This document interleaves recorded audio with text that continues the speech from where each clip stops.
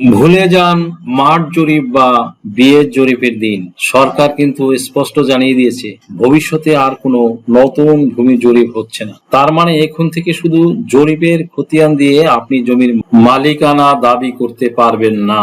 আপনার জমি আপনারই থাকবে তো তা নিশ্চিত করতে এখনই আপনার ফাইলে এই 5টি নির্দিষ্ট দলিল থাকতে হবে। একটা বাস্তব উদাহরণ দিই।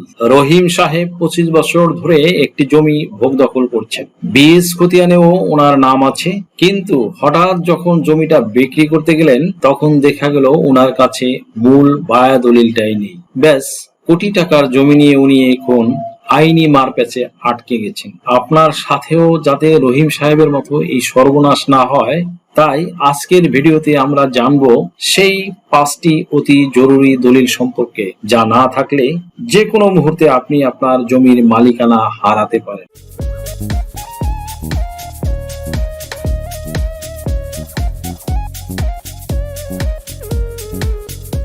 বাংলাদেশের রেকর্ডীয় ইতিহাসে আমরা যদি দেখি তাহলে দেখতে পাই যে সিএস ক্যাডাস্ট্রাল সার্ভেটি সম্পন্ন হয়েছে ব্রিটিশ আমলে, পাকিস্তান আমলে হয়েছিল এসএ রেকর্ড মানে স্টেট অ্যাকুইজিশন, অ্যান্ড দেন স্বাধীনতা পরবর্তীতে বাংলাদেশ রাষ্ট্র হিসেবে স্বীকৃতি পাবার পর কোথাও বিআরএস মানে বাংলাদেশ রিভিশনাল সার্ভে হয়েছে, ইভেন কি বিএস সার্ভে হয়েছে। তবে নতুন করে এই জরিপগুলো সকল জায়গায় যেখানে যেখানে চলমান ছিল সেই সকল জায়গায় কার্যক্রম বন্ধ ঘোষণা করা হয়েছে এবং নতুন ভাবে আর কোথাও কোনো ধরনের জরিপ কার্যক্রম পরিচালিত হবে না।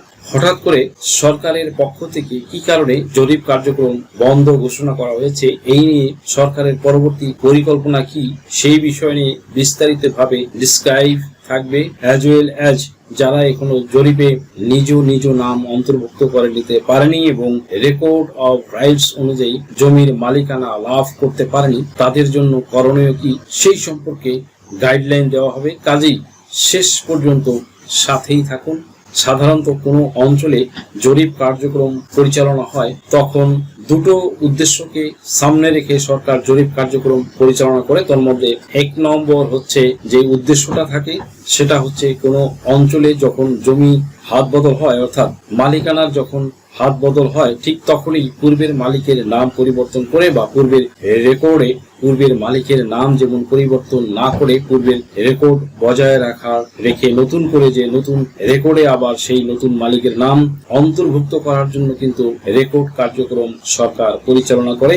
আরো একটি উদ্দেশ্য থাকে, অনেক সময় দেখা যায় যে উত্তরাধিকার সম্পত্তি বা ওয়ারিশান সম্পত্তি কোনো একজন ব্যক্তি যখন মারা যাবার পর ওয়ারিশ সূত্রে যারা মালিকানা লাভ করে তাদের নাম রেকর্ডে অন্তর্ভুক্ত করার জন্য সরকারের পক্ষ থেকে এই জরিপ কার্যক্রম পরিচালিত হয়। আবার এমনও হয় যে পূর্বের রেকর্ডে কোনোভাবে ভুল হয়েছিল, সেই ভুলের কারণে হয়তো মামলা চলমান ছিল বা দুটি পক্ষের মধ্যে মামলা হয়েছিল, কিংবা অন্য কোনো কারণে দেওয়ানি মামলা চলমান ছিল। এই ক্ষেত্রে এই মামলা অলরেডি নিষ্পত্তি হয়ে গেছে। নিষ্পত্তি হবার পরও এই যে নতুন ভাবে যে মালিকানা লাভ করেছিল সেই ব্যক্তি এখনো রেকর্ড অফ রাইটস অনুসারে নাম অন্তর্ভুক্ত করে নিতে পারেনি, যার কারণে সরকারের পক্ষ থেকে এই রেকর্ড কার্যক্রম পরিচালনা করা হয় এবং নতুন ভাবে যারা দাবিদার বা নতুন ভাবে যারা মালিকানা লাভ করেছে তাদের নামে খতিয়ান প্রস্তুত করা হয়। এটাই হচ্ছে 1 নাম্বার উদ্দেশ্য।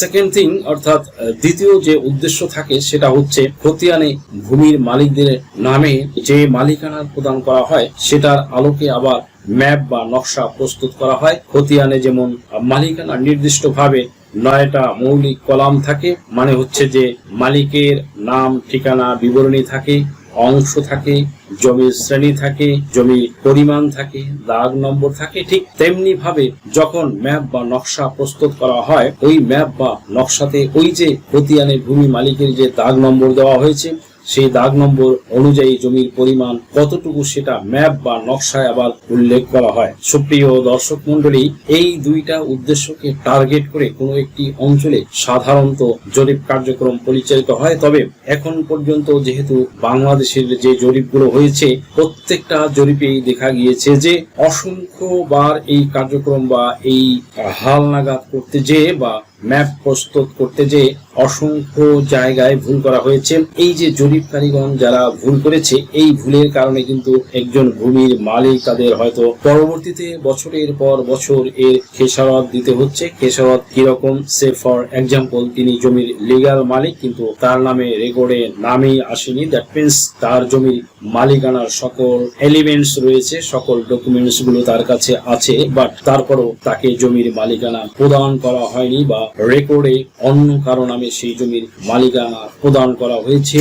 আবার এমনও হয়েছে যে তাকে যদিও বা রেকর্ডে নাম প্রদান করা হয়েও থাকে, তাহলে দেখা গিয়েছে যে তাহার হিস্সা অনুযায়ী যতটুকু প্রাপ্য সেই পরিমাণ মালিকানা তাকে প্রদান করা হয়নি। অনেক সময় তার হয়তো জমির পরিমাণ দলিলে দেখা গেল যে আছে 20%, তিনি লিগ্যাল জমির মালিকও 20%, একটা নির্ভুল দলিল, এই 20% জমি তাহার খতিয়ানে হয়তো তার 20% উঠেছে। যখন খতিয়ান প্রস্তুত হয়েছে নতুন করে, তখন 20% তাকে দেওয়া হচ্ছে বা হয়েছে, কিন্তু তার যে দাগ নাম্বার, সেই দাগ নাম্বার 20 এর জায়গায় হয় 15% উঠে রয়েছে, কিংবা এক কথায় কম হয়ে গেছে। যদি এরকম হয়ে থাকে, উনি তো সেই 20% দখল পেল না, তাহলে এই ক্ষতিটা কার? জরিপ কারক গন্ত জরিপ করে চলে গেল, তাহলে ক্ষতিটা তো আলটিমেটলি একজন ভূমির মালিকেরই, তাই না? এই যে এভাবে অহরহ এবং অসংখ্য জায়গায় বাংলাদেশের প্রত্যেকটা জেলাতে, প্রতিটা মৌজাতে মানে এমন ভুলের পরিমাণ অ্যাভেলেবল পাওয়া যাবে। আর এখান থেকে কিন্তু দেওয়ানি মামলার উৎপত্তি বা সূত্রপাত হচ্ছে এবং নতুন নতুন রেকর্ড সংশোধন সংক্রান্ত মামলা একের পর এক যুক্ত হচ্ছে। আর এই যে রেকর্ড সংক্রান্ত মামলা এখন পর্যন্ত বাংলাদেশের প্রেক্ষাপটে আজকে পর্যন্ত 20 লক্ষাধিক দেওয়ানি মামলা ইতিমধ্যে বাংলাদেশের অলরেডি চালু রয়েছে। এই দেওয়ানি মামলা নিষ্পত্তির জন্য বা দেওয়ানি মামলা একেবারে পুরোপুরি সমাধানে আসার জন্য সরকার একের পর এক পদক্ষেপ নিচ্ছে। ইভেন কি দেওয়ানি মামলা নিষ্পত্তির জন্য দেওয়ানি আইন সংশোধন পর্যন্ত করা হয়েছে। সরকার এত সুন্দর একটা সংশোধনী পাশ করেছে 2025 সালে এসে, যে এখন থেকে দেওয়ানি মামলা চাইলেই কেউ আর দীর্ঘায়িত করতে পারবে না। যত বড় দেওয়ানি মামলাই হোক, সেই মামলা সাধারণত 2 থেকে 3 বছরের ভিতরে মামলা নিষ্পত্তি করার একটা সুযোগ তৈরি করে দিয়েছে সরকার। তারপরে দেখা যাচ্ছে যে মামলার পরিমাণ কমছে না, একের পর এক মামলার পরিমাণ বেড়েই চলেছে, বৃদ্ধি হচ্ছে। এটার অন্যতম কারণ হচ্ছে এই রেকর্ডীয় ভুল ত্রুটি। যখনই কোনো অঞ্চলে রেকর্ড পরিচালনা হচ্ছে, তখনই কিন্তু ওই ভুলগুলো হচ্ছে। এই জন্য যখন কোনো অঞ্চলে রেকর্ডের কথা বলা হয়, তখন ওই অঞ্চলের সাধারণ মানুষের মধ্যে একটা ভীতি কাজ করে, একটা ভয় কাজ করে। তারা সকলে আতঙ্কিত হয়ে পড়ে, সকলে মনে করে যে আবারও যখন এলাকায় রেকর্ড আসে, তখন নিশ্চয়ই জমির মালিকানা নিয়ে আমাদের সমস্যা হবে, জমির পরিমাণ কম বেশি হয়ে যাবে, কিংবা জমির প্রকৃত মালিককে বঞ্চিত করে ভুয়া কোনো মালিককে হয়তো জমির মালিকানা প্রদান করা হবে। এই যে একটা ভুলের জন্য এই যে ভীতি, এটা যেন কোনো মালিকের ভিতরে আর কাজ না করে, সেটা নিশ্চিত করার জন্য সরকারের পক্ষ থেকে সকল প্রকার এনারল যে জরিপ কার্যক্রম, সেই জরিপ কার্যক্রম স্থগিত করা হয়েছে এবং বাংলাদেশের কোথাও জরিপ সংক্রান্ত এই জরিপ কার্যক্রম আর পরিচালিত হবে না। তবে এখানে সরকারের পক্ষ থেকে আপডেট ভার্সন হিসাবে এবার ডিজিটাল জরিপ নিয়ে আসা হয়েছে।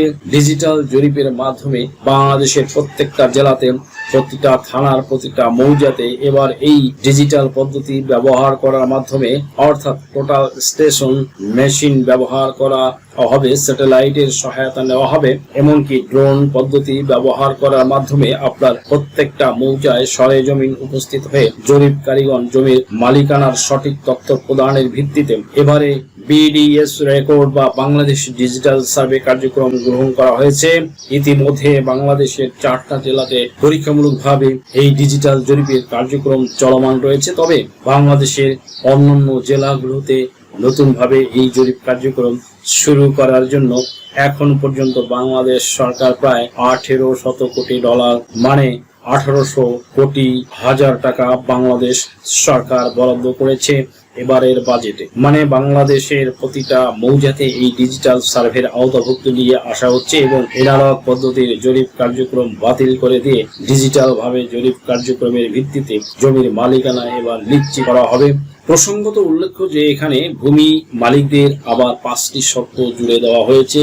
যদি কোনো ভূমি মালিক এই 5টি শর্তের যে কোনো একটি শর্ত পূরণ করতে ব্যর্থ হয় তাহলে উক্ত জমির মালিক কিন্তু এই ডিজিটাল সার্ভেতে বা ডিজিটাল জরিপে নিজের নাম তিনি জমির মালিকানা থেকে চিরতরে বঞ্চিত হবে। এখানে কিন্তু অবশ্যই প্রত্যেকটা ভূমির মালিকের সচেতনতার সাথে এই 5টা বিষয়কে গুরুত্ব দিতে হবে, নতুবা রেকর্ড পরবর্তী সময়ে আপনি জমির প্রকৃত মালিক হওয়ার পরও যদি আপনি ডিজিটাল রেকর্ডে নিজের নামে জমি রেকর্ড করে নিতে ব্যর্থ হন তাহলে কিন্তু পরবর্তীতে আপনার আফসোস করা ছাড়া আর কোনো উপায় থাকবে না। কেননা আপনি সহজে কিন্তু আর এই রেকর্ড সংশোধন করে নিতে পারবেন না। এজন্য আগে থেকেই সরকারের পক্ষ থেকে জানিয়ে দেওয়া হয়েছে যে আপনার এলাকায় যখন রেকর্ড কার্যক্রম পরিচালিত হবে তার পূর্বেই আপনাকে 5টি বিষয় নিশ্চিত করে নিতে হবে।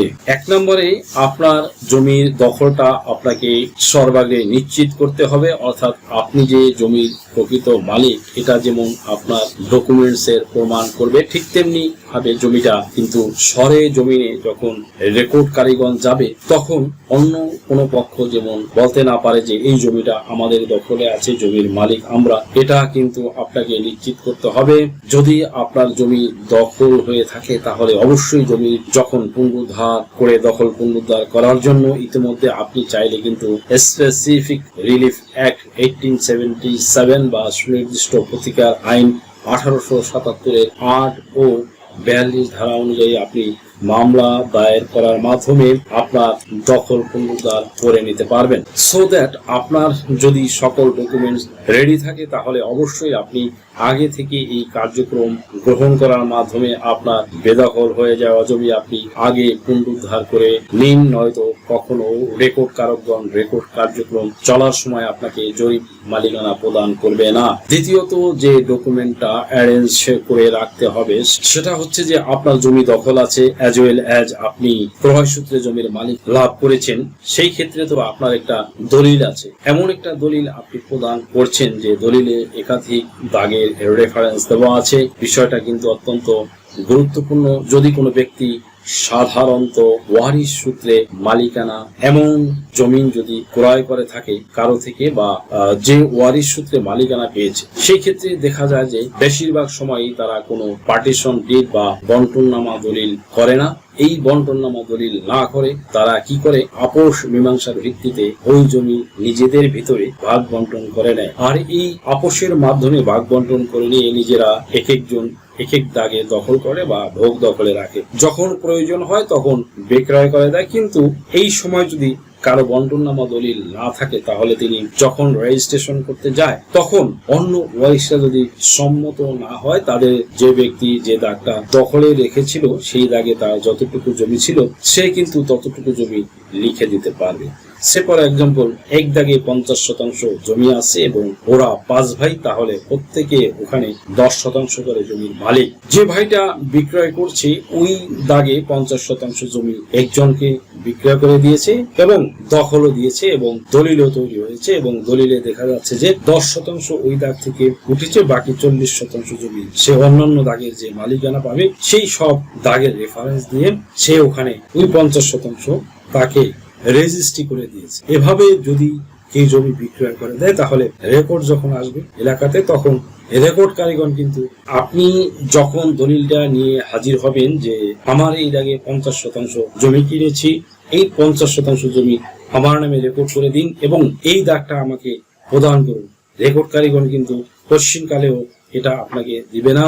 ইভেন কি অ্যাজ পার ল আপনি কিন্তু এটা পানও না। তাই রেকর্ড কারিগণ আগেই দেখবে যে আপনার দলিলে বিস্তারিত কি লেখা আছে। যদি তফসিলের ভিতরে দেখে যে আপনার 5টি দাগের রেফারেন্স দেওয়া আছে বা 10টি দাগের রেফারেন্স দেওয়া আছে তাহলে আপনাকে 5টি বা 10টি দাগের রেফারেন্স অনুযায়ী কিন্তু আপনাকে রেকর্ডে নাম অন্তর্ভুক্ত করে দেবে। কখনো আপনাকে এক দাগে রেকর্ড দিবে না। এই ক্ষেত্রে আপনার করণীয় কি থাকতে পারে? এখানে আপনি এখন একটাই করতে পারেন যে আপনি যে দাগে এখন দখলে আছেন আপনার ওই দলিলে যে যে দাগের রেফারেন্স দেওয়া আছে ওই দাগের মালিকদের সাথে আপনি একটা এওয়াজ বদল দলিল করে নিতে পারেন। যদি এওয়াজ বদল দলিলটা আপনি করে নিতে পারেন, তাহলে রেকর্ডের সময় ওই সকল ওয়ারিশগণ আর কোনো বাধা প্রদান করতে পারবে না এবং রেকর্ডকারীগণকে আপনি দলিল দেখানোর মাধ্যমে আপনি এক দাগে জমি রেকর্ড করে নিতে পারবেন। তৃতীয়ত যে প্রস্তুতি আপনাকে গ্রহণ করতে হবে সেটা হচ্ছে যে আপনার জমির খাজনাটা আপডেট রাখতে হবে। অনেকেই বিষয়টা গুরুত্ব দেয় না, বা অনেকেই কিন্তু মনে করে যে যখন রেকর্ড আসবে তখন আমি খাজনা প্রদান করে আমি রেকর্ডের নাম অন্তর্ভুক্ত করে নেব। এটা কিন্তু অত্যন্ত ভুল একটি সিদ্ধান্ত। অবশ্যই আপনার এলাকায় রেকর্ড আসার পূর্বে আপনার যে জমি, সেই জমির যদি শুধুমাত্র দলিল থাকে তাহলে দলিলটা নামজারি করে নিন এবং দলিল নামজারি করে নেওয়ার মাধ্যমে আপনি ওই নামজারি খতিয়ান অনুযায়ী প্রত্যেক বছর খাজনা প্রদান করতে থাকেন। অবশ্যই আপনার খাজনা যেন আপডেট থাকে, এটা মাথায় রাখবেন। সরকার কিন্তু ঘোষণা দেওয়ার মাধ্যমে যে কোনো সময় আপনার এলাকায় ডিজিটাল জরিপের কার্যক্রম শুরু করবে, কিন্তু আপনি কিন্তু তৎক্ষণাৎ আপনার খাজনা পরিশোধ করার সুযোগটা পাবেন না। তাই আপনার দলিল আছে, আপনার নামজারি খতিয়ান আছে, আপনার জমির খাজনাটাও যেন আপডেট থাকে। চতুর্থ পর্যায়ে আপনাকে যে প্রমাণটা সংগ্রহে রাখতে বলা হয়েছে সেটা হচ্ছে আপনি উত্তরাধিকার সূত্রে মালিক, কিন্তু আপনার অন্যান্য ওয়ারিশদের সাথে গুড রিলেশন নেই।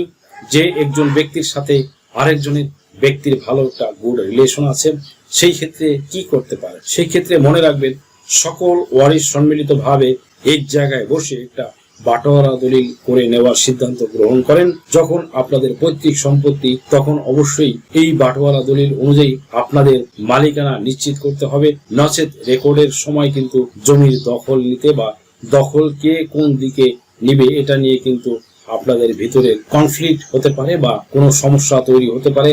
আর এই সমস্যা থেকে যদি বাঁচতে চান, যদি রক্ষা পেতে চান, তাহলে অবশ্যই আপনাদের আগে থেকেই একটি বন্টননামা দলিল করে নিতে হবে। আর যদি এমন মনে হয় যে না, আমাদের ভিতরে ভালো আন্ডারস্ট্যান্ডিং আছে, এটাতে কোনো অসুবিধা হবে না, তখন রেকর্ড আসবে যখন, তখন আমরা উপস্থিত থেকে যার যার মতো যে যে জায়গায় ভোগ দখলে আছি আমরা এভাবে রেকর্ড করে নেব, তাহলে কোনো অসুবিধা নেই। তবে কথা হচ্ছে যে মানব জীবন ক্ষণস্থায়ী, কখন কি হয় বলা যায় না, এমনকি এটা আমরা কেউই জানি না। এজন্য আগে থেকেই কোনো ধরনের সমস্যার জন্য তৈরি না হয়, এটা নিশ্চিত হওয়ার জন্য অবশ্যই আপনাদের একটি বন্টননামা দলিল তৈরি করে নেওয়া উচিত।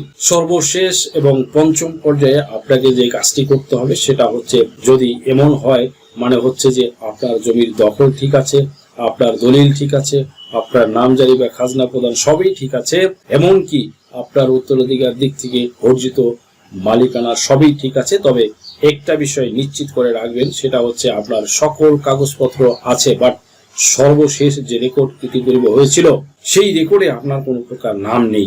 সে for example CS, SA, RS, BRS বা সিটি জরিপে অন্য কোনো ভুল ব্যক্তির নামে হয়ে আছে, তাহলে আপনাকে অবশ্যই রেকর্ড সংশোধনের মামলা দিয়ে রেকর্ড সংশোধন করে নিতে হবে। যদি কেউ আপনাকে এমন কোনো পরামর্শ দেয় যে না, রেকর্ড সংশোধনের মামলা করার দরকার নেই, তাহলে আপনার রেকর্ড সংশোধনের মামলা নিষ্পত্তি হতে অনেক সময় লেগে যাবে। দ্যাটস হোয়াই আপনি কারো কথা শুনবেন না। অনতি বিলম্বে আপনি আপনার রেকর্ড সংশোধনের জন্য আপনি একজন বিজ্ঞ আইনজীবীর শরণাপন্ন হয়ে আপনি যত দ্রুত সম্ভব এখতিয়ার সম্পন্ন আদালতে মামলা দায়ের করেন। যত দ্রুত করবেন তত দ্রুত প্রতিকার পাবেন, রিলিফ পাবেন, আর যত দেরিতে করবেন তত দেরিতেই কিন্তু প্রতিকার পাবেন।